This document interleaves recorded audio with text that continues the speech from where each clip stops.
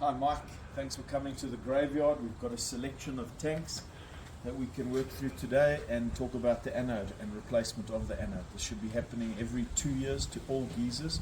The purpose of the anode is to keep the tank from corroding. It's called a sacrificial anode. It gives itself up in order to preserve the integrity of the tank. So let's start. We're going to start just very quickly. I've taken out a couple of fittings of the anodes in various things from various tanks, and why I believe it is not a great idea to be replacing your anode anything over 2 years old. Look at the condition of that.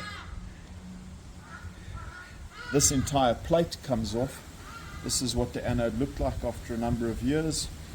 But damage that tank or damage any of these bolts, you've got a failed geyser in your hands. There's another anode, little guy. You take that plate off, shouldn't be a problem. However, you damage that and you've got a failed anode. There it sits over there, screwed in from the back side.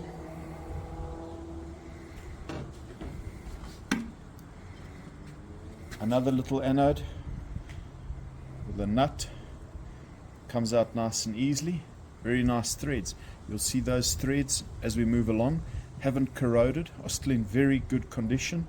No problem with those. They'll screw into any fitting easily.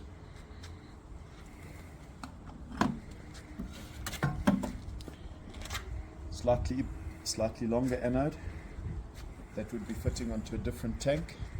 Same means of replacing it on the nut at the back. This anode is probably in pretty good condition. We'll probably be quite happy to do a replacement on that.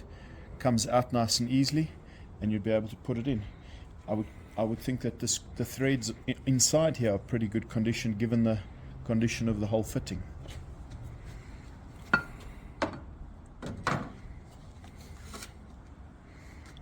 There's another anode in slightly different condition, also a bit longer.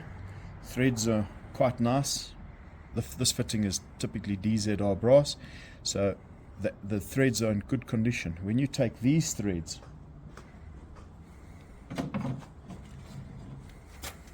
and you start fitting it into a port in that condition, or Mike, if you'll have a swing over this one,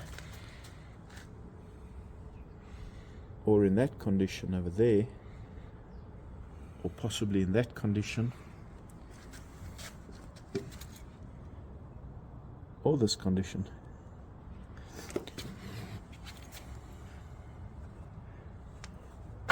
You run the risk of doing that.